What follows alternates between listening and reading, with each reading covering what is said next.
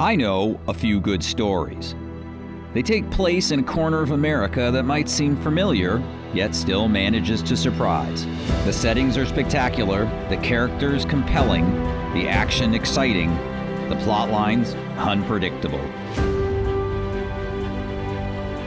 I'm Tom Richardson.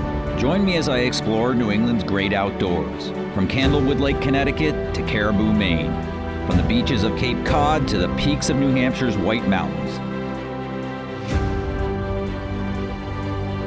The stories are waiting. Let's live them on Explore New England.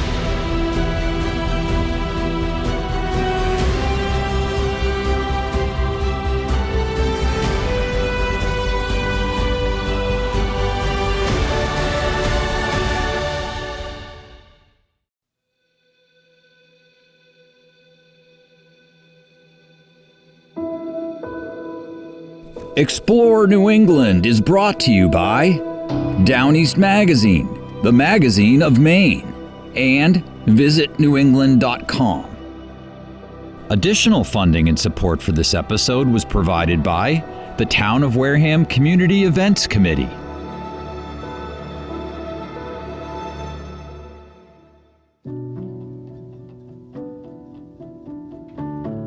Check out a map of Wareham, Massachusetts in the southeast corner of the state, and you'll immediately see its potential for outdoor recreation.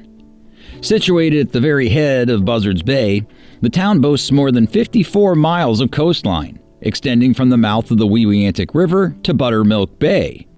Inland, you'll find numerous freshwater ponds, along with parcels of undeveloped forest. Additionally, 3 large rivers flow through the town's interior before meeting with the bay, which is ringed by tidal marshland and open beaches. The predominantly sandy soil of its inland areas has long benefited cranberry growers, while its rivers and coves beckon boaters, paddlers, and anglers. I know Wareham is a pretty good place to fish, and I've caught a lot of striped bass and bluefish in its waters over the past 40-plus years, most of them in the company of lifelong friend Matt Hawkins, whose father owned a summer home at the mouth of the Wareham River. I was lucky enough to be invited to this magical place every summer, and the experiences forged a lifelong love of saltwater fishing and the marine world in general. My family has been coming to Wareham since 1972. When my parents bought a house over on Indian Neck, and earnestly started fishing in 1976 when my dad bought a 17-foot Aquasport with a 70 horsepower engine. We caught tons of fish back in those days, lots of striped bass and bluefish, and even the rare squid, which we don't see around here much anymore. But those days were great. We had some really good fishing back in the late 70s and early 80s. I could imagine having a boat somewhere else on the Cape, but to me, the options out of Wareham and Onset are just great.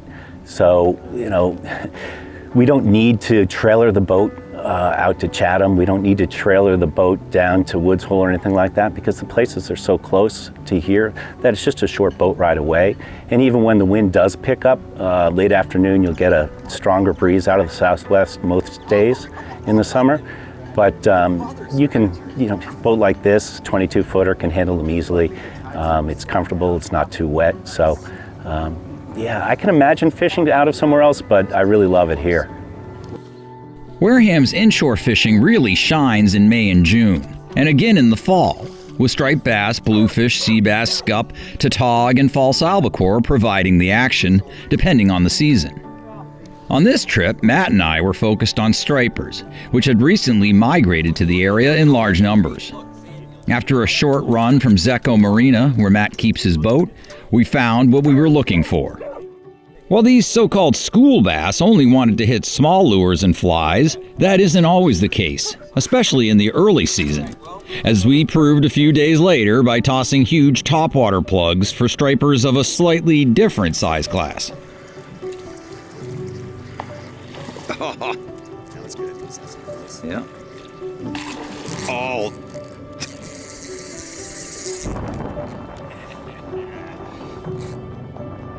I think he's on.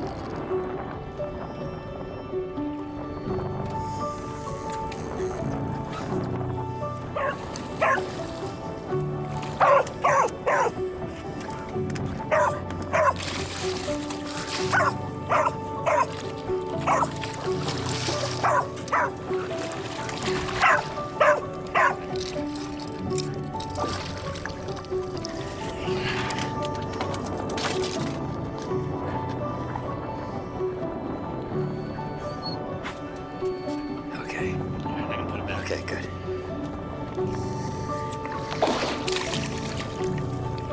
Well, not yet. Okay, go ahead. Oh, there he goes. Maddie. Yeah.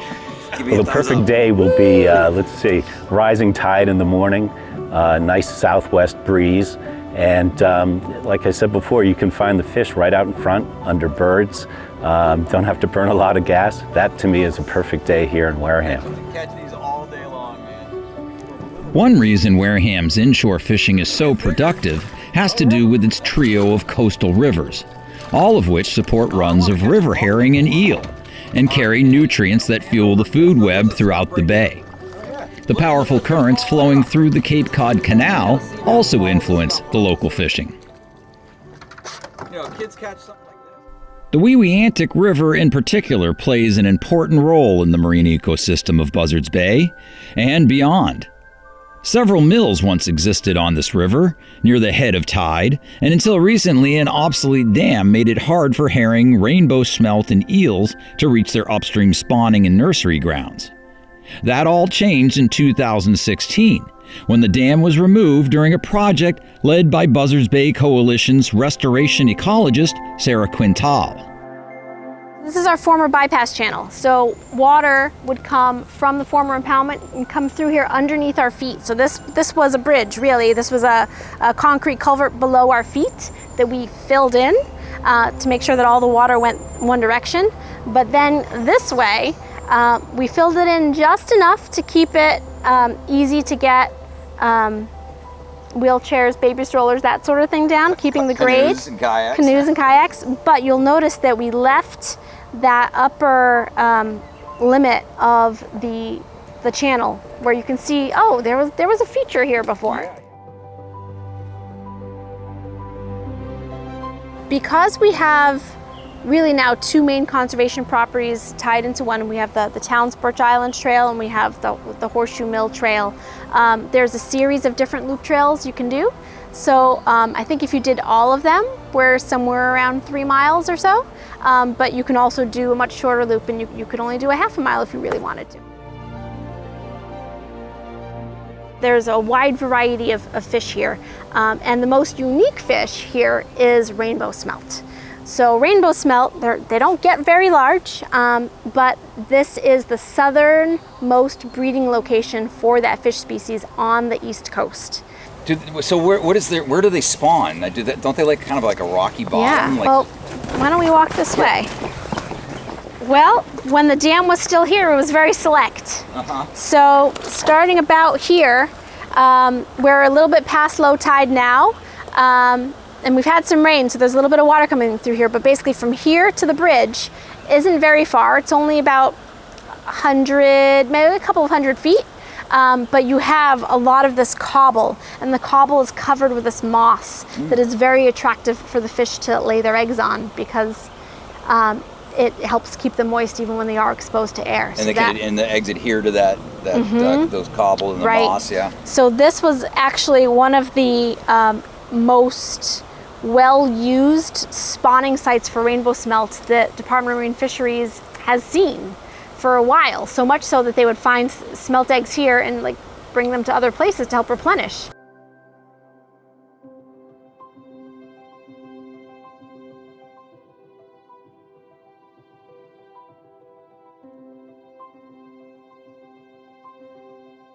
You know, the great success story here is that now we are seeing the natural river restored in the former impoundment. We didn't have to do much heavy lifting above taking out the spillway and putting in our canoe launches. The river knew exactly where it wanted to be back in its old banks, and the native seed bank was still there. We didn't have to put in any plants in the former impoundment. Everything rebounded and greened up on its own, and we're seeing tremendous amounts of eel, and we are seeing signs of migratory fish spawning in the former impoundment. And the site looks beautiful. So we're really, really happy with how it's turned out. It's great for the fish. It's great for coastal resilience now that we've pulled the plug on this tidal restriction. And it's a really great spot to come fishing or to go for a walk.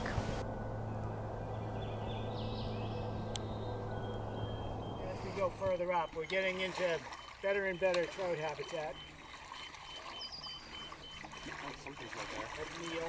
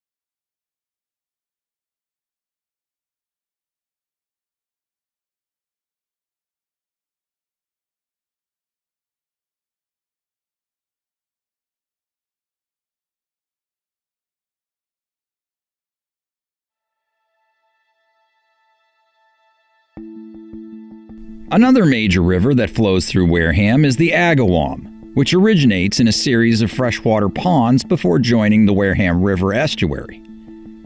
The Agawam is tidal for its last 3 miles or so, up to the dam at the base of Mill Pond.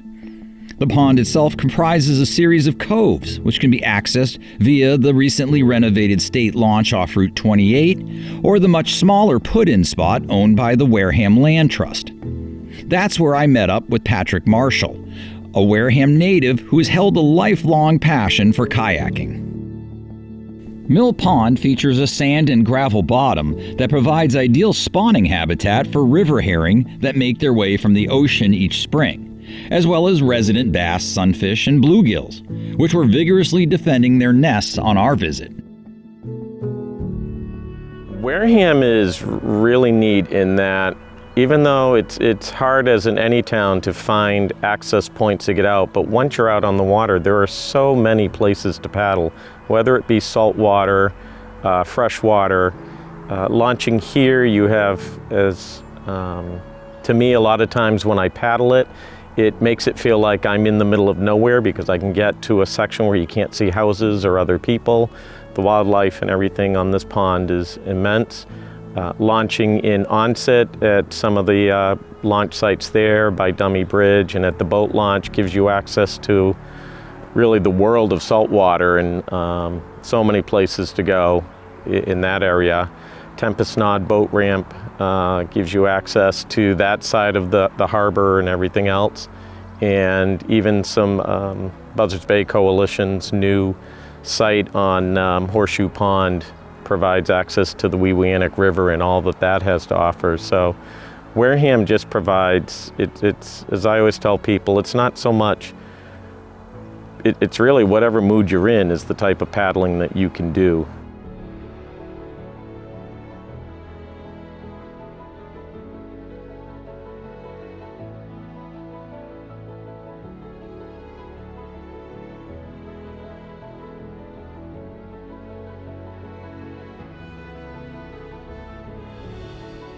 So I got into kayaking back in the 90s. I wanted to go whitewater rafting and nobody would go with me. So Wareham had a recreation department at the time and one of the things they offered was kayaking. So I signed up for the course and ended up with a group of, as I call it, misfits. And we ended up developing from that class into learning whitewater kayaking and kayaking all over the place, became a tight group of friends, and that's kind of where it began. We have, 54 miles of coastline, so it certainly is a major factor in this town. Onset is one of the few public beaches that's open to everybody. So that gives you access to a lot.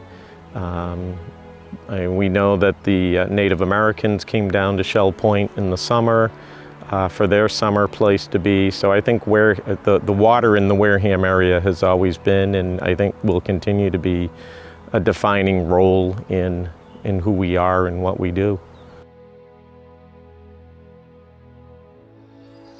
In terms of freshwater fish, you'll find everything from largemouth bass to carp in Wareham's many ponds, rivers, and streams. But most people are surprised to learn that the town also harbors a population of rare searun brook trout. These so-called salter brook trout have inhabited tiny red brook, part of the Trustees of Reservation's Lyman Reserve, since the glaciers retreated from New England some 12,000 years ago. The brook flows into Buttermilk Bay on the town's eastern border, and the trout that live here spend their winters in saltwater before returning to freshwater for the spring, summer, and fall. To biologists like Steve Hurley of the Massachusetts Division of Fisheries and Wildlife, the salters of Red Brook are both precious and fascinating. Each June, he and teams of volunteers set out to monitor the trout population. The process involves electrofishing with a large battery pack attached to a metal wand. The device issues bursts of electricity through the surrounding water, temporarily stunning the trout and other fish, which are then scooped up in nets and transferred to coolers. So one of the most things that's unique about Red Brook is it's actually protected now in public ownership all the way from the headwaters at White Island Pond down to the tidal area of Buttermilk Bay. And that's rare for an entire stream to be protected in the public.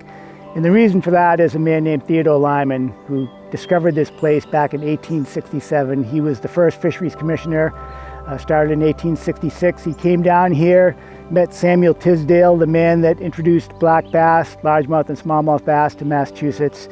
He discovered this brook and he started buying the property back in 1869. His family protected Red Brook for generations, and that's the reason why we're here today, is the protection of the land surrounding this brook. And what's unique about Red Brook and which attracted Theodore Lyman here is the searun brook trout. These are brook trout that actually go down into the salt water and grow to a much larger size than our native brook trout. And these fish have been protected for years. There was some stocking of both brown trout and brook trout over the years here, but we believe this is the original native strain of fish in this river. Well, one of the things that's unique about this is we've got so much public involvement in it. We've got other people interested in the story because it's such a great story of the Lyman family protecting this. And we've been able to attract other researchers. We've had acoustic tags implanted in the trout. A graduate student named Erin Snook came in here and implanted the brook trout with sonic tags, which give out a beep. And she was able to follow them down into Buttermilk Bay, out into the full-strength seawater. And we've also had a tagging project here since 2008, and we've noticed fish going down into that tide area and coming back and growing as much as 4 inches over the winter.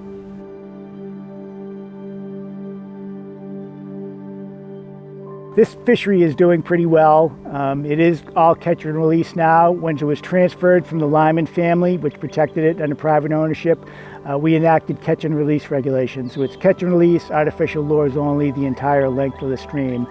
And we've been monitoring the population for many years now, and it goes up and down over the years, but in general, it's a very healthy population here.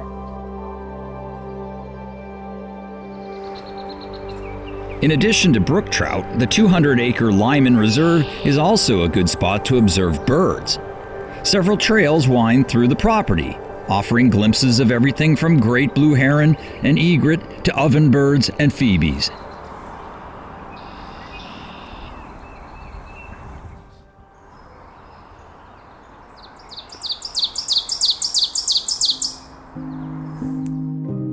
If you thought the searun brook trout of Red Brook were the only threatened aquatic creature in Wareham, think again. For the town is also home to localized populations of Diamondback terrapins, the only estuarine turtle in North America. Working to protect these elusive reptiles is Danny Marston, director of the New England Coastal Wildlife Alliance's Diamondback Terrapin Project. I met Danny as she was preparing to release a young terrapin named Peanut that local grade schoolers had raised over the past year.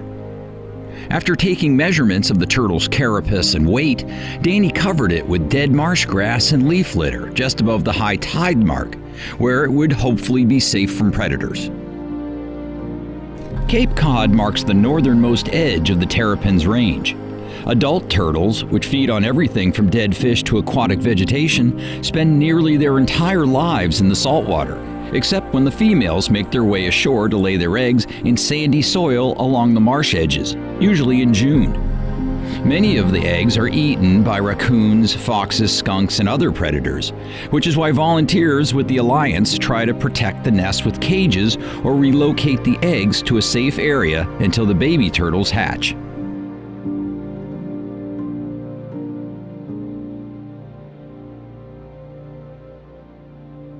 But egg predation isn't the only threat to the local terrapin population. Each year, many turtles are crushed by vehicles as they travel between the marsh and nest sites. Habitat loss is another big concern. The construction of seawalls and roads prevent the turtles from reaching suitable nesting areas, while the destruction of salt marsh robs them of a home. That said, the efforts of the Alliance and the growing public awareness of terrapins is making a difference, and the turtles are thriving in some Wareham waterways, even if many people never even notice them.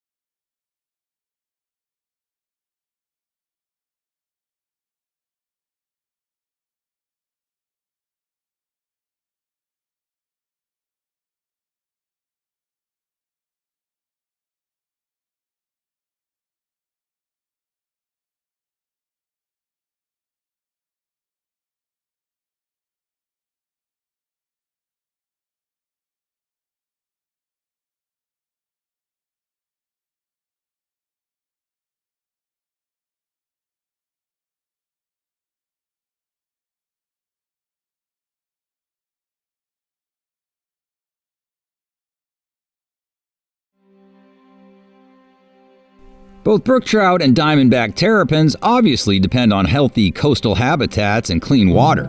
But so do we humans. And working to protect the land surrounding Upper Buzzards Bay are numerous conservation groups, including the Wareham Land Trust. I met up with Executive Director Elise Leduc Fleming for a walking tour of the recently opened Marks Cove Conservation Area, a 118-acre property comprising parcels owned by the Land Trust, the Buzzards Bay Coalition, the Wildlands Trust, Mass Audubon, and the town of Wareham. I do think even folks who've lived here for a while are often surprised to find out how many properties with publicly accessible hiking trails there are. People know Wareham for its coastline and its salt marshes and its beaches and its boating, and you don't always think of the forest that's in the rest of the town. And so often when we're speaking with people in various community events and we point out all the different locations that they can go walking, they're surprised to see how many options they have. And there really are a variety of types of habitats too. I mean, there's flat trails around bogs, there's forested trails, there's trails along salt marshes and wetlands, and so there's lots of different things to see depending on what part of town you're in. Acquired over the last 20 years, the protected land offers 2.5 miles of walking trails and features views of the fertile salt marsh. On our hike, we encountered numerous bird species, from hairy woodpeckers to eastern towhees, amid the pine and oak forest and understory of bayberry, huckleberry, and highbush blueberry. So the Wareham Land Trust protects 35 different properties. 17 of those we own and 18 of those we hold a conservation restriction on. So it means there's another owner, but we're the conservation entity responsible for making sure that those properties are protected in perpetuity. As Elise pointed out, multiple conservation groups often work in concert with the town of Wareham and the state to protect open land for a variety of uses.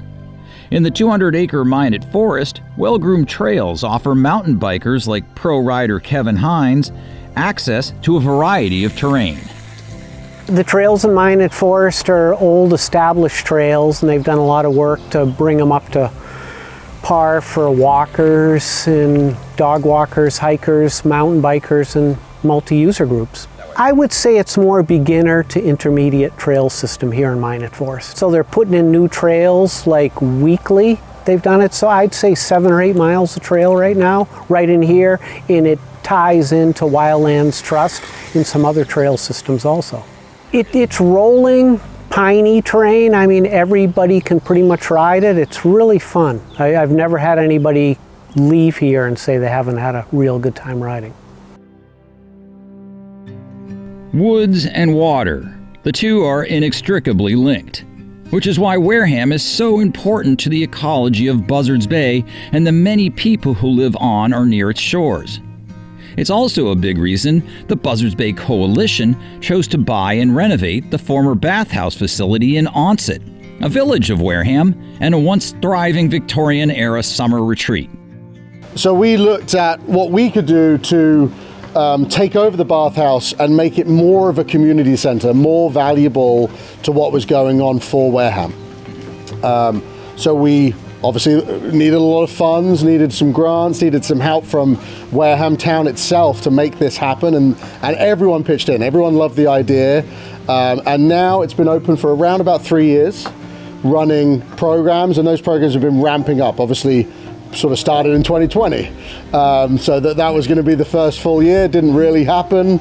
Now we're running everything from field trips for Wareham public schools to summer camps throughout the summer, to kayak rentals, to just everything and anything involving the bay, where we can get people outside and engaged, in the water, on the water, in the surrounding areas of the water, by the salt marshes, by Wickets Island. And utilizing all those areas from the center to really put on some fantastic programs for the community. Yeah, absolutely anyone can come here and do our programs, whether it's renting a kayak or paddleboard. You can just turn up, or you can book online, whether it's a private sailing lesson or one of our start sailing lessons, or any of our guided kayak tours. Anyone can use it. You don't have to be a member of Buzzards Bay Coalition. This is entirely open to everyone that's coming down to Onset Bay. After getting a look at the Onset Bay Center and its many assets, Stuart took me out on the center's rigid hull inflatable for a visit to nearby Wickets Island, which the Buzzards Bay Coalition purchased in 2016 and opened to the public in 2022. So there's a lot of history within Wickets Island, a lot of folklore and different things that have happened on the island. What I know is there is a history with the indigenous people of America. It was owned and utilized by Mr. Wicket, who was indigenous himself, and we think it was used as a burial ground at some point, part of the history of the island. Where we're sitting right now is in the foundations of a house that was built here.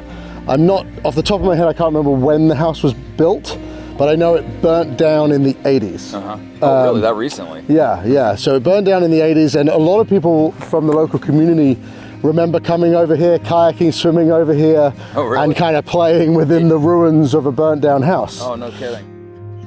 Diverse in community, diverse in wildlife, diverse in nature, Wareham has clearly recognized the importance of its many natural assets and is making strides to protect and improve them. And that's good news for plants and animals alike, and for those of us who love the outdoors.